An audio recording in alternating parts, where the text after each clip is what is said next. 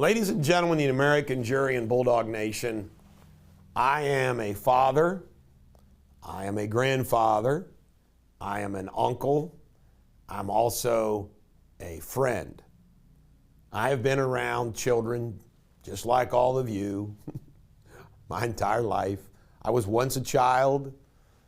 I've been a parent, like I said. I now have 5 wonderful grandchildren. And I want to do a special show that won't be real long, but I just want to tell you what I think about the issue of children in the state of Kentucky and children in this country. We must protect our children from everything at all costs. There is nothing more important. As a parent, our job is to number one, protect our children from the world and guide them on their path to adulthood the best we can. But it's numero uno. And he might have been a liberal, but it doesn't change the fact that Hubert Humphrey had a great quote about a society can be judged about how they treat children, those in the dawn of their life, and the elderly in the dusks of their lives, and the disabled. You know, it's really true.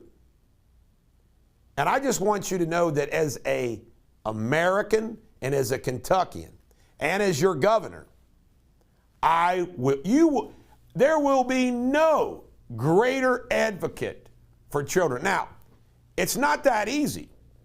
And what I mean by it, it's not just one issue. I want to cover a few of them. First, the hot button issue of today is their education. Remote learning, folks, I can give you anecdote after anecdote of my personal observations about remote learning from my grandchildren, friends of my children of my friends. It's not the same as in classroom learning. We need our children in school. As your governor, unless there's a bubonic plague, I'm not going to shut down schools. And you know what else? The masks. It is unbelievable, in my opinion, how these masks can affect a child's health. These children aren't going to die of COVID. They hardly even get COVID. This governor, Governor Beshear's school mandates, vax mandates, his policies on masking, been awful. 2 years. We've lost, for all intents and purposes, 2 years of education. And it's real. The other thing I want to talk about is their safety. And, we're talking about their safety from social media.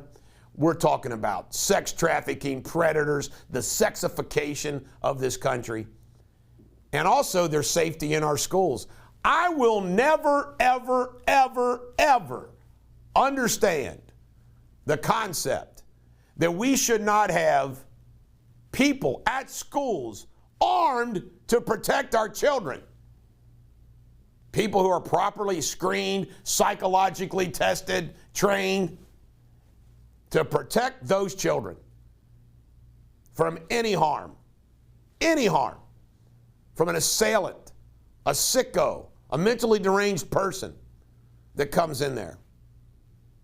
The other thing that people don't realize is it all starts with the parents.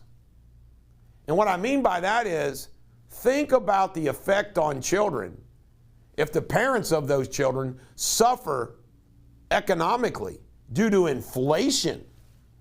Think about how inflation is harming children. Folks, this happens to me more and more, and I'm honored that it happens to me. I was at Frisch's yesterday, down in Fort Wright 3L, and I'm talking to a friend of mine, and a young mom, booth over, heard me speaking, and she said, if you can reduce my Duke Energy bill, I'll vote for you for governor, which she said with a laugh with her son. And I had a conversation with Cecilia, her name was Cecilia, and what she said, how that Duke Energy bill going so way up, how that's affected her is unbelievable. So by economic success and dealing with inflation, that trickles down. Then you have health care. Our children, more than anybody else, need preventative health care, and also any health care that they might need. These nonprofit community hospitals can provide it. They make so much freaking money. So much money. And then last but not least, the crimes against these children.